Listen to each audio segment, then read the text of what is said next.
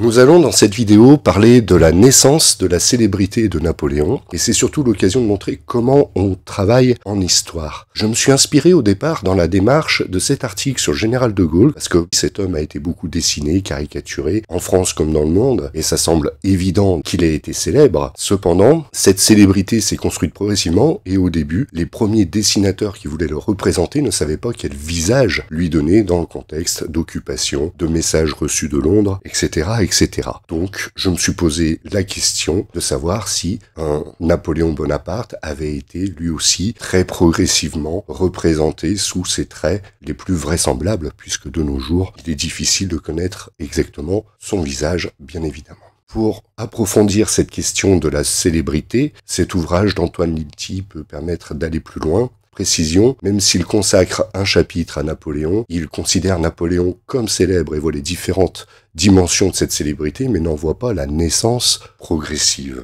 Des ouvrages aussi, celui-ci est assez ancien, ont voulu retracer la vie de Napoléon en s'appuyant sur des images, mais c'est en fait l'archétype de ce qu'il ne faut pas faire en histoire, c'est-à-dire que ces images sont de strictes illustrations, absolument pas des documents sources pour établir les connaissances, et on peut même dire que dans certains cas, les images embrouillent les connaissances plus qu'autre chose. Cependant, j'ai consulté quelques-uns de ces ouvrages parce que tout simplement ce sont des ressources pour essayer de repérer les images, les estampes, pouvant peut-être être les premières ayant représenté Napoléon convenablement et l'ayant fait connaître aux Français de la période révolutionnaire. Alors cette image-là d'ailleurs apparaît dans l'un de ses ouvrages. Si j'en crois les débats qui l'entourent, les spécialistes de Napoléon, dont je ne fais pas partie, considéreraient que cette image est un faux. Je ne m'appesantis donc pas là-dessus. Je n'ai pas les éléments pour argumenter sur l'authenticité de ce document. Tout au plus, les fais apparaître à titre indicatif. Cette image-là, en revanche, serait réelle. Je n'ai pas en tout cas constaté qu'elle était débattue et elle est plutôt amusante. C'est une première caricature. Bien évidemment, là, on ne peut pas reconnaître Napoléon correctement et encore moins considérer que c'était le début de la célébrité.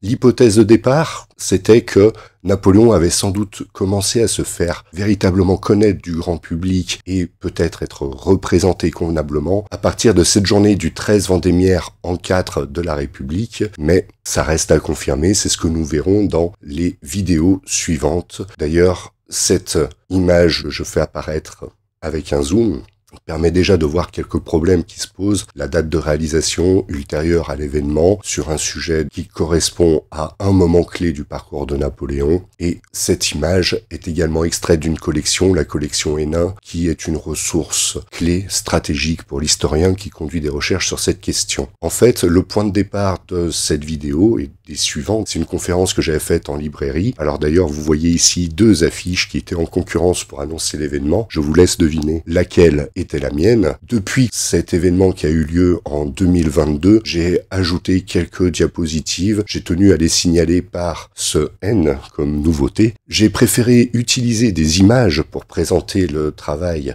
de l'historien, parce que si je faisais une telle présentation avec les sources que j'emploie ordinairement, c'est-à-dire les sources quantitatives, clairement ce serait moins accessible au grand public et beaucoup plus austère, moins ludique. Les images au moins sont beaucoup plus intuitives dans l'approche qu'on peut en avoir.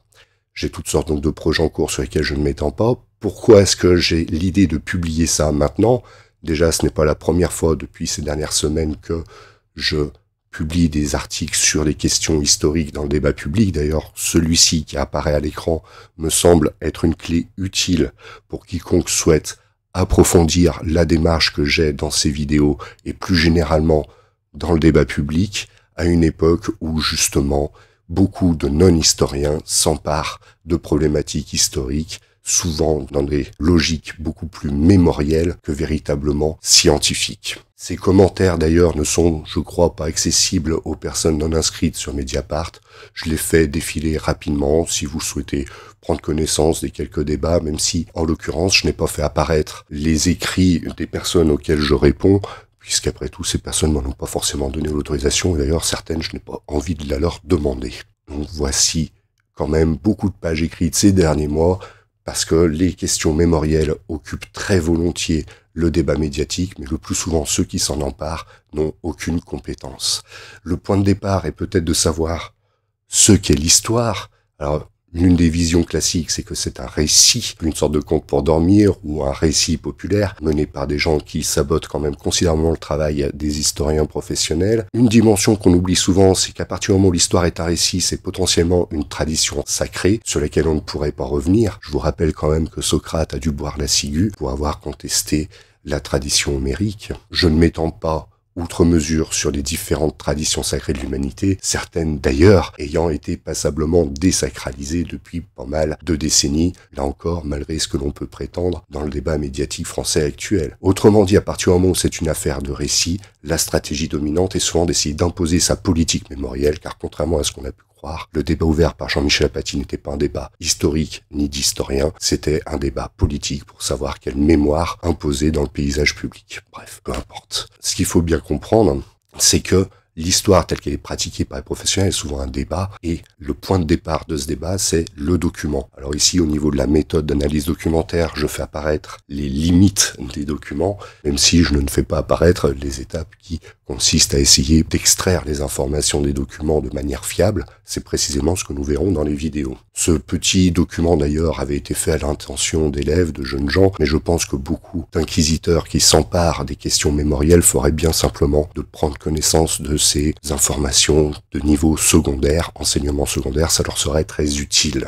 Également, à partir notamment de l'Encyclopædia Universalis, édition 2012, j'avais réalisé cette petite fiche pour revenir sur quelques points de vocabulaire des historiens et aussi des schémas que je n'ai pas retouchés depuis très longtemps. Le premier, je le commenterai très sommairement, simplement pour dire que, en imaginant que les faits historiques soient complètement dépourvus de sens, que ce soit de stricts rapports de force parfaitement absurdes en eux-mêmes, est-ce que l'esprit humain est capable, premièrement, de les restituer, à supposer que l'historien ait cette capacité.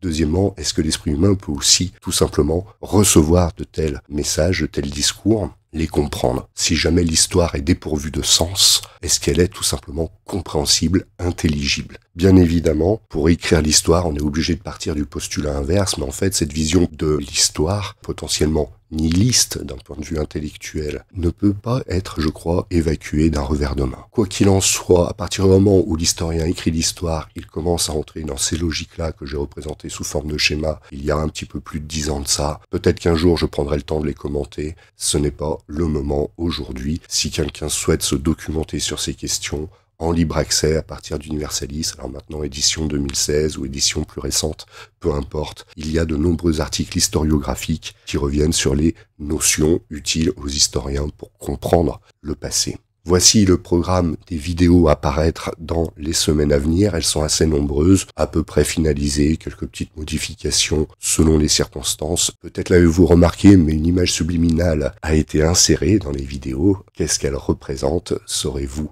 le discerner? À vous de voir dans les semaines à venir. Merci pour votre attention.